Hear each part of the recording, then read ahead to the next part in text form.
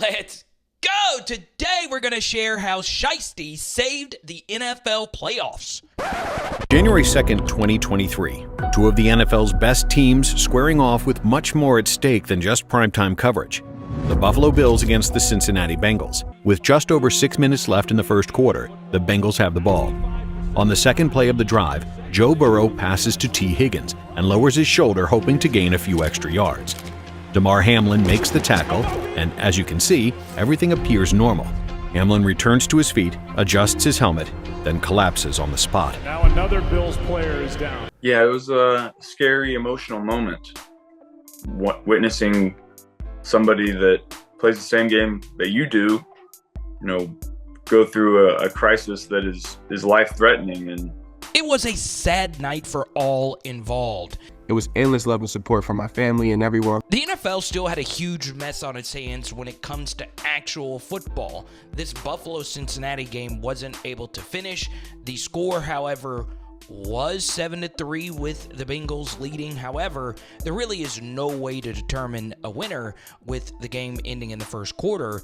And you got to keep in mind, there was a tight race for first place in the AFC, the coveted number one overall seed, between the Bills and the Chiefs. They were both 12-3 heading into Week 17. However, the tiebreaker actually belonged to the Buffalo Bills because they beat the Chiefs earlier in the season. So Roger Goodell made a very controversial decision to determine the tiebreaker. But before we get to that, none of it means anything. If the Bills lost and the Chiefs won, the Chiefs are the clear one seed, and vice versa also held true. So what actually happened in Week 18? Well, the Bills played the Raiders, and in typical Raider fashion, they got blown out. In the final game of the regular season, Buffalo players walk through the tunnel repping Damar's number 3. What unfolds next is something out of a movie. Let's listen in. New England decided to defer after winning the toss. And here's Hines on the run back, breaking a tackle and taking it past midfield. And down the sideline he goes. This is storybook. An opening kickoff return for Demar Hamlin. And this place is absolutely going wild. Chills still go through my spine when I watch this. Absolutely beautiful story, but a nightmare scenario for Roger Goodell as the Bills blew out division rival New England, thus the weird tie for first place. So what Roger Goodell decided to do was pretty unprecedented. The National Football League made an announcement. If the Buffalo Bills make an AFC Championship game against the Kansas City Chiefs, as we know, it will be played at a neutral site. So there was a push to actually push the playoffs back and just make up the Cincinnati and Buffalo game. That was decided unreasonable because you would have to push every other team's playoff schedule back as well, and the NFL thought that was unfair. It's in the climate-controlled comfort of Mercedes-Benz Stadium in Atlanta, Georgia. Well done, NFL. So the NFL was applauded by many, ridiculed by others with this diplomatic, neutral decision to move this game to Atlanta. But what if I told you, come here, camera, that this was their plan all along? Albert Breer explosively reported that the owners in the past have discussed moving the NFC and AFC Championship games to neutral site locations. The reason? Because it would make them a bunch of money. So they announced Atlanta as a neutral site location on January 12th. They put tickets on sale just a few days later, and they sold out 50K. Bills and Chiefs fans were willing to make cross-country flights at a moment's notice. And there's also plenty of other reasons why they want neutral site games. Well, first, they can experiment around the game experience. For Sunday's game, for example, they had plans where the Bills fans would be on one side of the stadium, Chiefs fans were to be on the other side of the stadium. They think they can make it very much like a college atmosphere. In addition, there would easily be revenue to this as cities could bid for championship games, and they would build up fan festivals and other types of events. So it would be akin to a mini Super Bowl. That sounds so great in practice. Another big game, but it's not. That's the dumbest thing in the history of the world. They did an awful job that we're doing a neutral site for the AFC Championship game. And then you have, well, the NFL screwing the Bengals. In all this effort that we saw last week for the NFL to drop the grains of rice on the scales of justice to balance out the potential inequities of the cancellation of the Bills at Bengals game. That was a mouthful from Mike Florio. I know a lot of you do not like this guy, but he is about to perfectly explain one of the all-time shafts in the history of the NFL. You had the allowance for the neutral site AFC Championship. You had the goofy, backward-ass coin flip decision that still makes no sense to me a week later, that if the Ravens had beaten the Bengals win the division, but we're going to flip a coin to decide where the game would be played if it's Bengals and Ravens crossing paths in the wild card round. So this is the first way that Joe Burrow saved us from the NFL and the NFL from itself.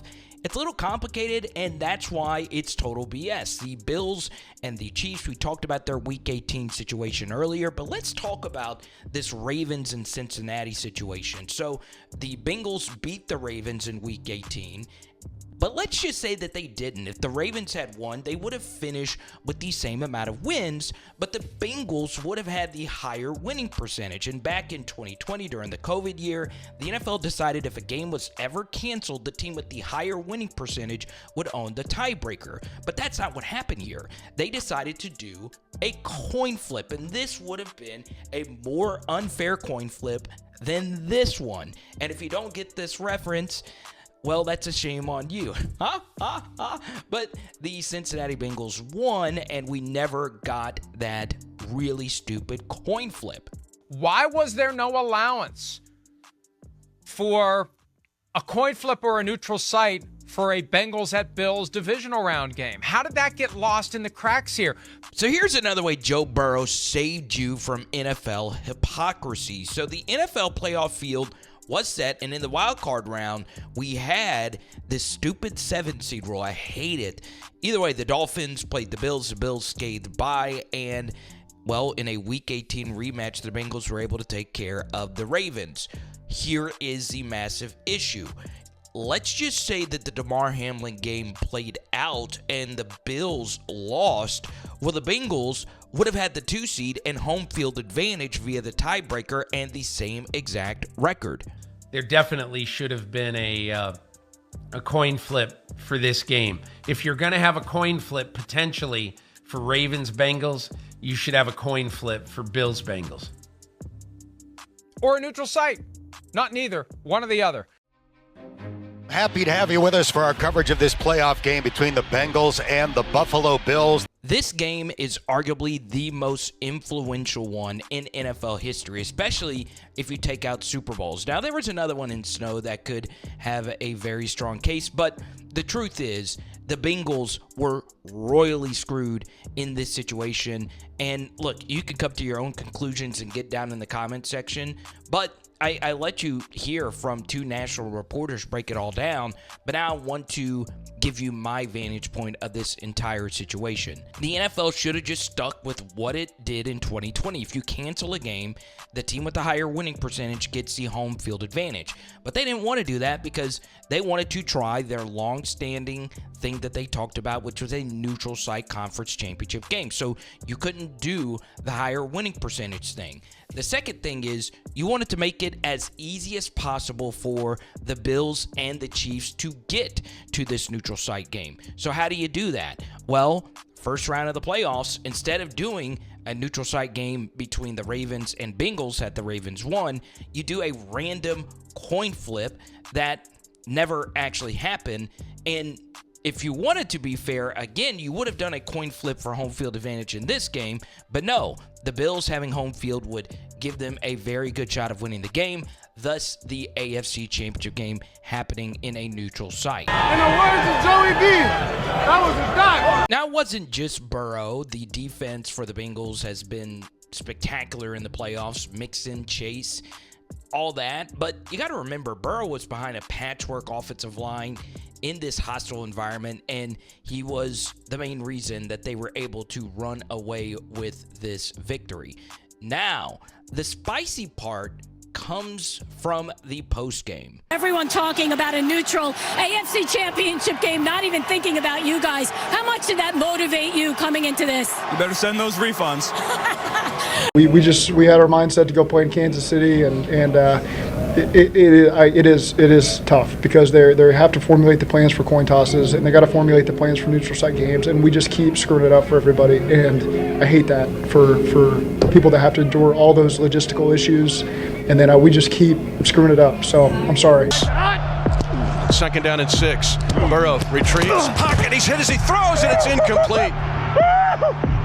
Chris Jones hit Burrow in the back. Oh, yeah, the Bengals did lose this AFC Championship rematch versus the Chiefs. But I'm about to give you 3 major takeaways from this video as to why you should love Joe Shiesty Burrow. The first is apparently this is the only guy who actually can beat Patrick Mahomes in the playoffs. The last guy to do it is actually a Fox analyst. I don't remember his name at all. But point number 2 is that Joey B has made the Bengals relevant again with his leadership all the way here to his rookie first couple of practices. You see him throwing a football here to AJ Green. It seems like that's ancient history up to this point. But the Bengals, whether it's their facilities or just their overall view, they just were always kind of looked at as losers.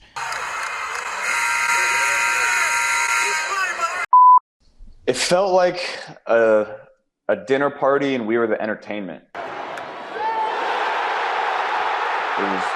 Because you come off a road game in Kansas City, a road game in Tennessee, and then your first home win in the playoffs in 30-some years, and then you go to the Super Bowl, and it's more corporate, and it just took a second to get used to. It didn't feel like a playoff football game. A profound point from Joey B, who actually played in the home stadium of the Rams in his Super Bowl. He said it was quiet, basically, and it lends itself to this final point. I want to apologize to my 9th grade English teacher, Miss Rankin, for this, but I'm about to make up a noun, or is this actually a verb? I don't know, but it's the neutralfication of sports.